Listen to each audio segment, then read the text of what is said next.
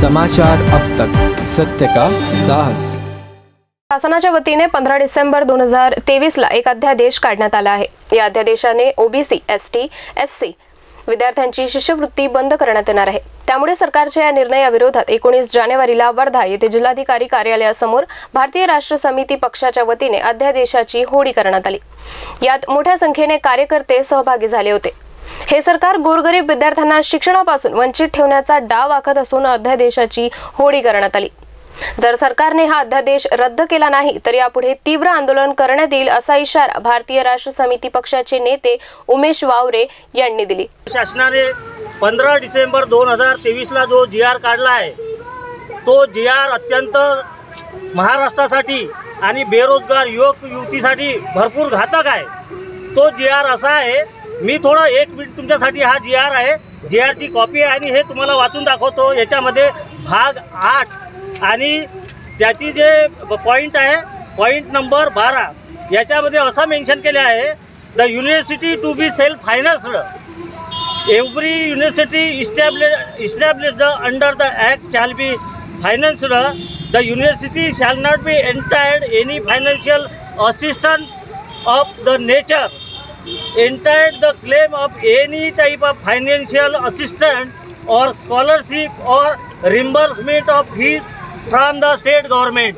याचं मिनिंग असं झालं आहे की जे महाराष्ट्रातले ओबीसी, एससी, एसटी जे विद्यार्थी आहे, जे महाविद्यालयामध्ये आणि युनिव्हर्सिटीमध्ये प्रायव्हेटमध्ये शिकणार आहे, त्यांना ना स्कॉलरशिप मिळणार, ना फ्रीशिप मिळणार, ना कोणती एवढी रिम्बर्समेंट होणार।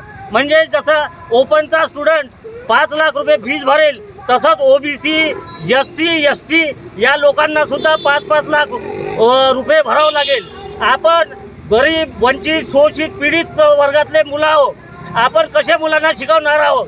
तर हे जे तिगडी गव्हर्नमेंट आहे, हे जे तिगडी महाराष्ट्र शासन आहे, हे युवकांचा संपूर्ण बळी घेत आहे। आज या गव्हर्नमेंटला लवकरात लवकर उपडून फेकावं लागेल, अन्यथा आपले ओबीसी, एसटी आणि एससी बांधव आहे यांचा जीव घेतल्याशिवाय हे ठेवणार नाही। आज हा GR इंग्लिशमध्ये आहे, हा GR इंग्लिशमध्ये आहे।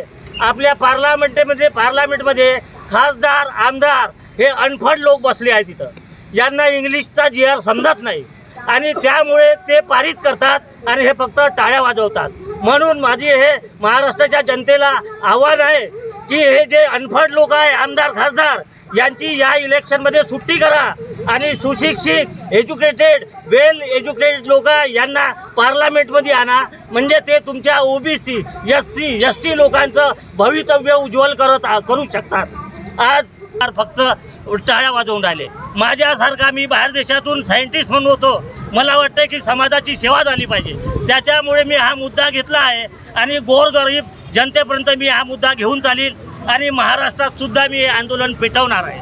युवक, युवती आणि जे कष्टकरी आहे त्यांनी आता या आंदोलनामध्ये सामील व्हा आणि गव्हर्नमेंटला घरचा हेर दाखवा, कारण की हे जे तिहेरी सरकार आहे हे कोणाच्याही कामाचं नाही।